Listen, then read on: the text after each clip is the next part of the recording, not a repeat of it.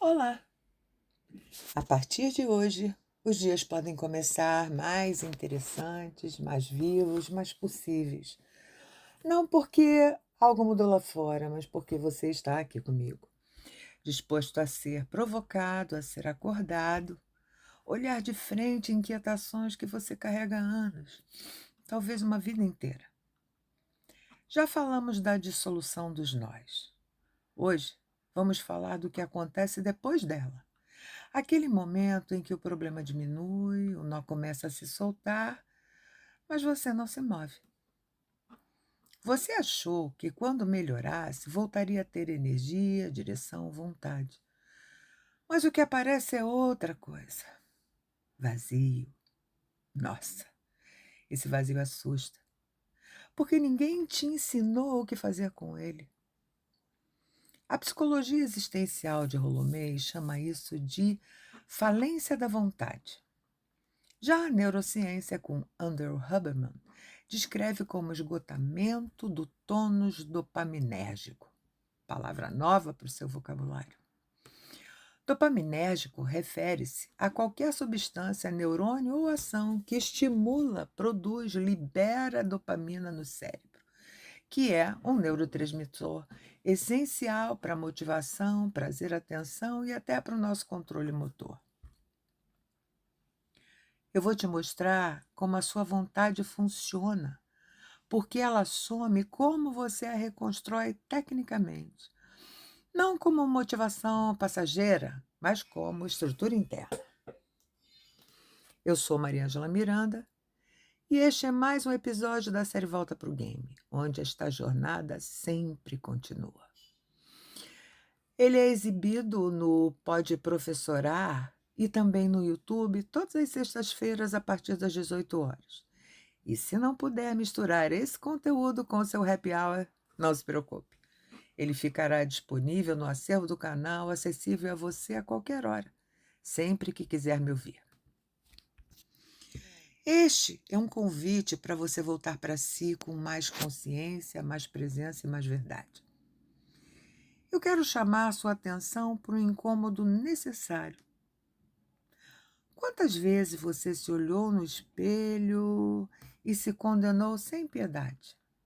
Se chamou de fraco, de preguiçoso, de alguém que não tem força de vontade, mesmo sabendo exatamente o que precisava fazer.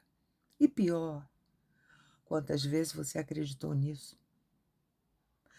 Porque talvez o problema nunca tenha sido quem você é, mas sim como você aprendeu a funcionar para sobreviver.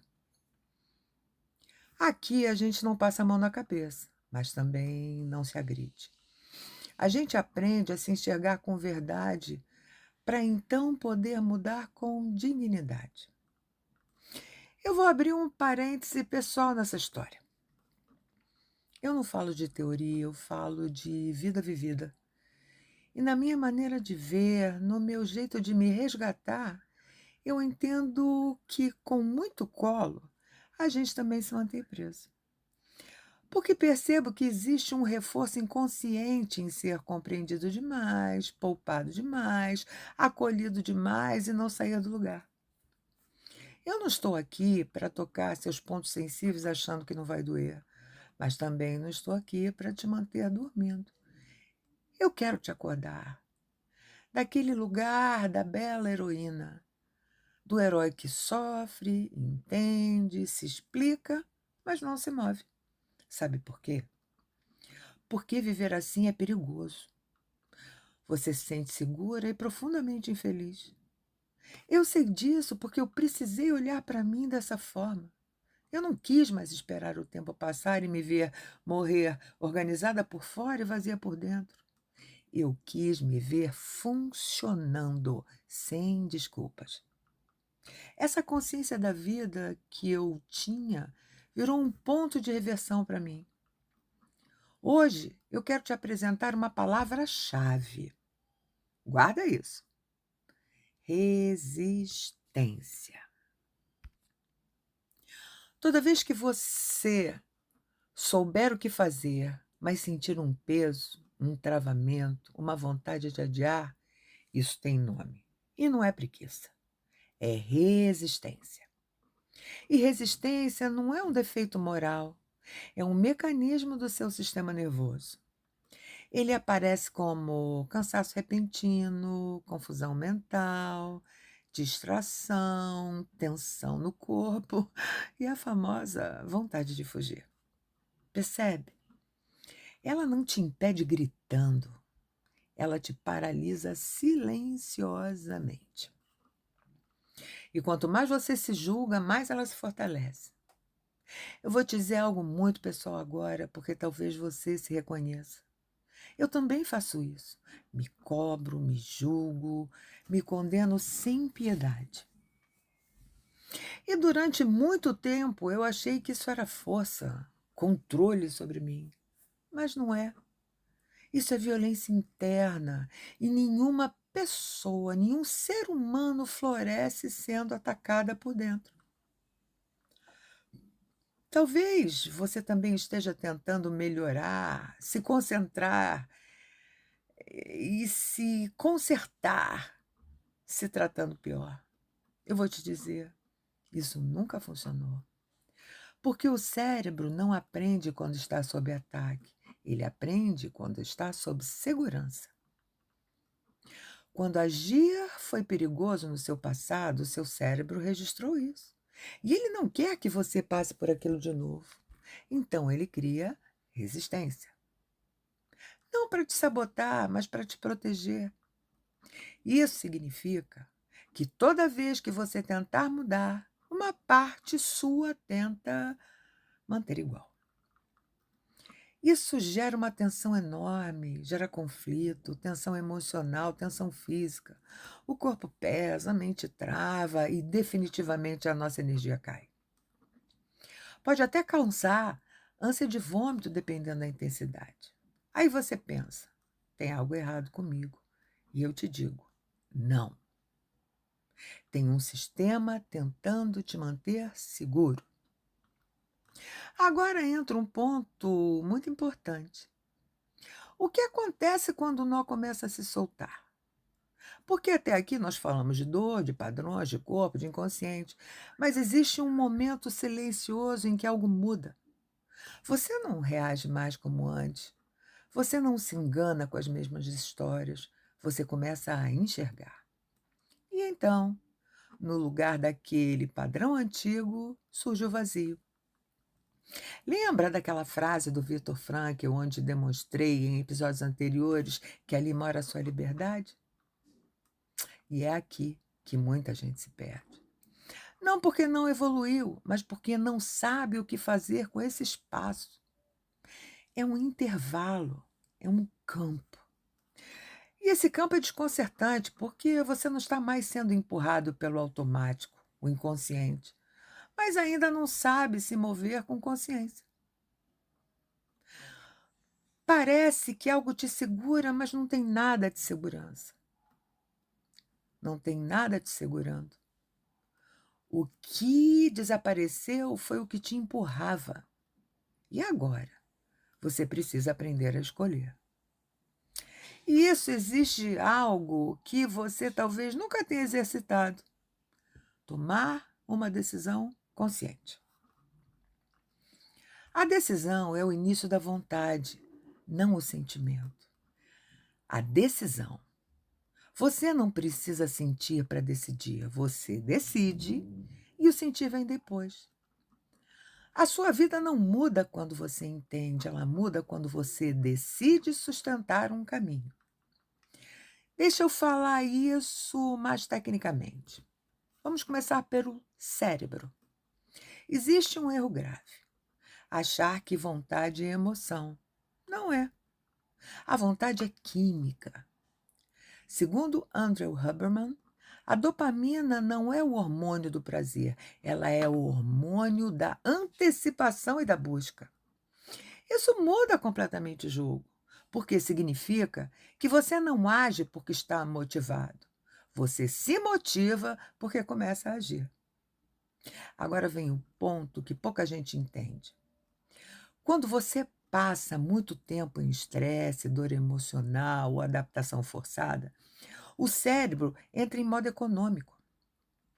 Ele reduz gasto de energia, reduz iniciativa, reduz impulso para a ação. Não é preguiça, é proteção.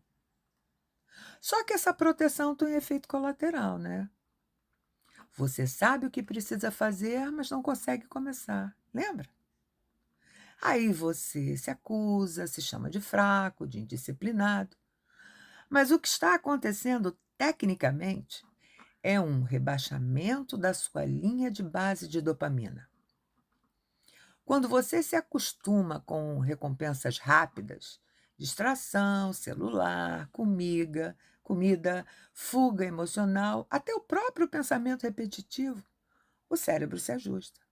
Ele para de valorizar o esforço e, quando o esforço perde valor, a vontade desaparece.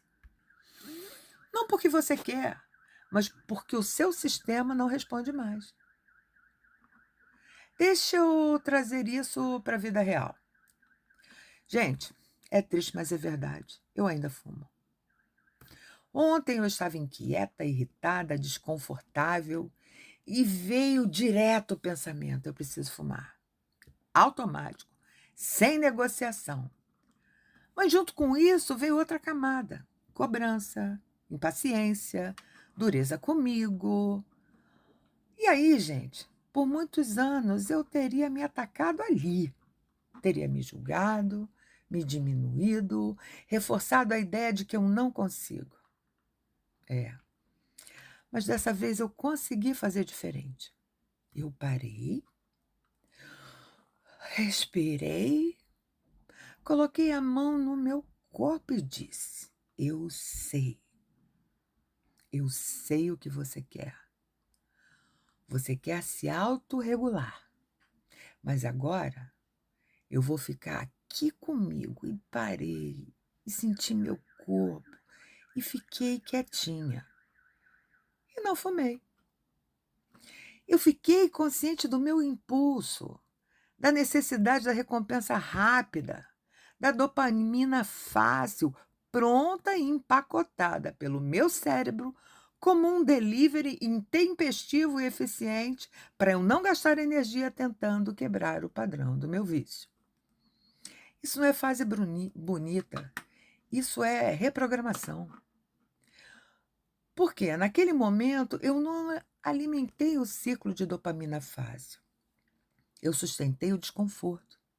E é exatamente isso que reconstrói a vontade. Não é vencer o impulso, é não se abandonar no meio dele. Agora vamos aprofundar. Rollo May traz uma distinção essencial. Desejo não é vontade. O desejo é passivo. Ele imagina, sonha, espera. Tipo, eu queria estar bem, eu queria mudar, eu queria ter energia. O desejo não move. Já a vontade, segundo May, é o desejo organizado. É quando você se organiza internamente para agir, mesmo sem sentir vontade. Você é intencional. Aqui está o ponto mais difícil de aceitar. Muitas vezes a falta de vontade não é incapacidade, é recusa inconsciente da responsabilidade. Pense nisso um tempinho.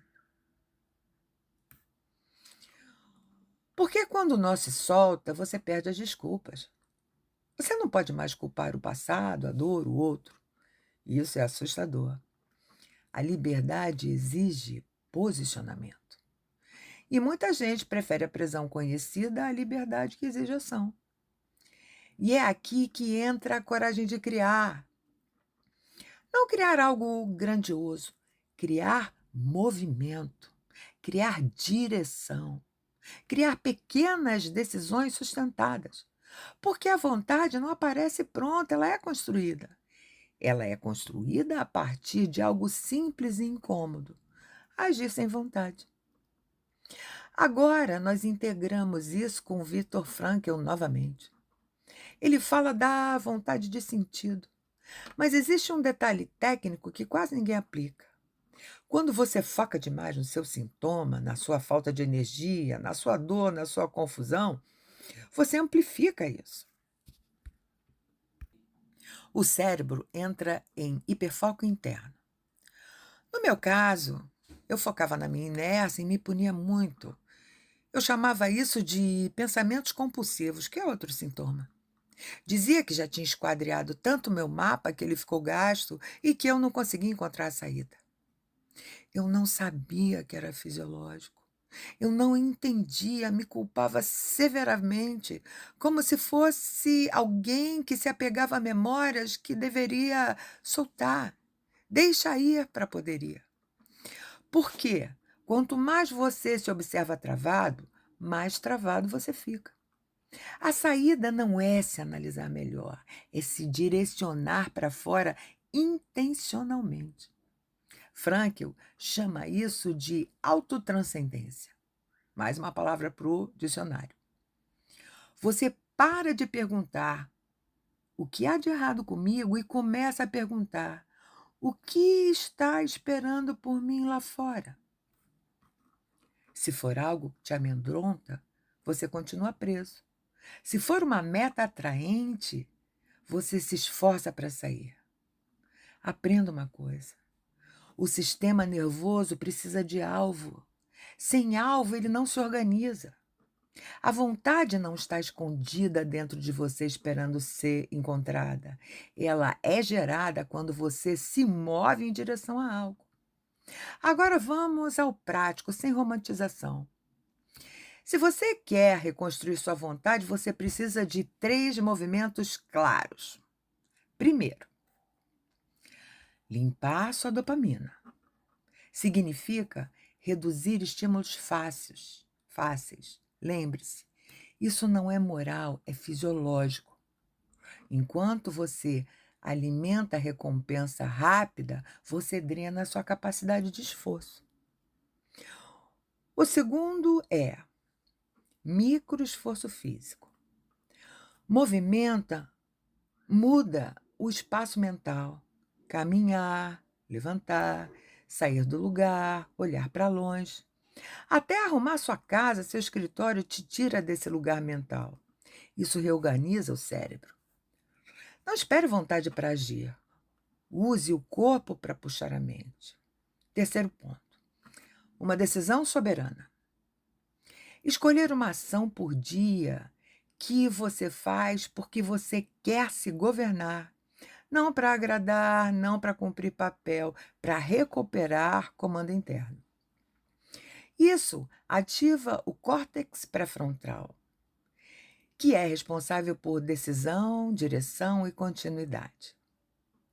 Tem algo ainda mais prático que eu vou te mostrar, que pode mudar completamente seu movimento. O chamado efeito paralelo de Elton Euler. É o seguinte: quando você faz algo diferente em uma área, isso começa a contaminar positivamente as outras. Você escolhe caminhar 5 minutos e começa a sentir orgulho. Esse orgulho vira energia. Essa energia vai para outro comportamento. E, de repente, você está fazendo coisas que antes não conseguia, porque você saiu da sua inércia. Sendo muito clara com você, você não precisa de mais compreensão.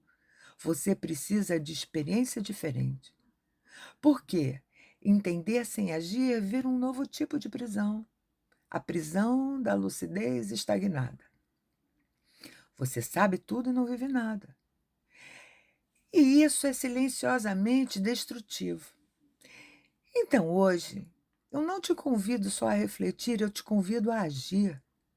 Pequeno, mas real, sem esperar vontade, porque é assim que ela nasce. A vida nova não chega como prêmio. Preste atenção agora nessa frase. A vida nova começa quando você decide que o sofrimento já cumpriu o papel dele. O nó soltou. E agora suas mãos estão vazias. E esse vazio não é falha, é espaço. E espaço precisa ser ocupado com decisão. Se você não ocupa, o padrão antigo ocupa por você. No meu ponto de vista, na minha maneira de ver, viver é isso. Parar de se esconder atrás da dor compreendida e começar a se posicionar dentro da vida real. Não para ser perfeito, mas para ser inteiro. Porque sim, você tem uma vida para viver. E ela não vai começar quando você estiver pronto. Ela começa quando você decide não esperar mais. Então, não comece grande, comece possível. Faça pouco, mas faça. Comece, ainda que não termine. Termine coisas pequenas. Sustente o desconforto por alguns segundos a mais, que nem eu fiz com o meu desejo de fumar. Escolha algo e cumpra, mesmo sem vontade. A disciplina não nasce do esforço, ela nasce da repetição possível. E aos poucos você começa a sentir algo novo. Respeito por si mesmo. Você não é preguiçoso. Você foi programado, protegido por tanto tempo que desaprendeu a agir. Mas isso pode ser reconstruído e começa assim: decisão pequena, ação possível, repetição consciente, até que a vontade volta. Não como um desejo vago, mas como direção. E eu te deixo com isso hoje. Pare de se punir por um mecanismo que você não entendia e comece a se responsabilizar por aquilo que agora você já compreende. Eu te espero no próximo episódio, O Preço da Autenticidade. E também na série Eva, aos sábados, 9 da manhã, no podcast Professorário no YouTube. Volta para o game. Essa é a ideia. Volte a jogar. Saia do banco de reservas da sua própria vida. A partida ainda está sendo jogada. Porque, como dizia Cazuza, que eu adoro, ainda estão rolando os dados. Não se abandone. Bora ser feliz, gente. Beijo.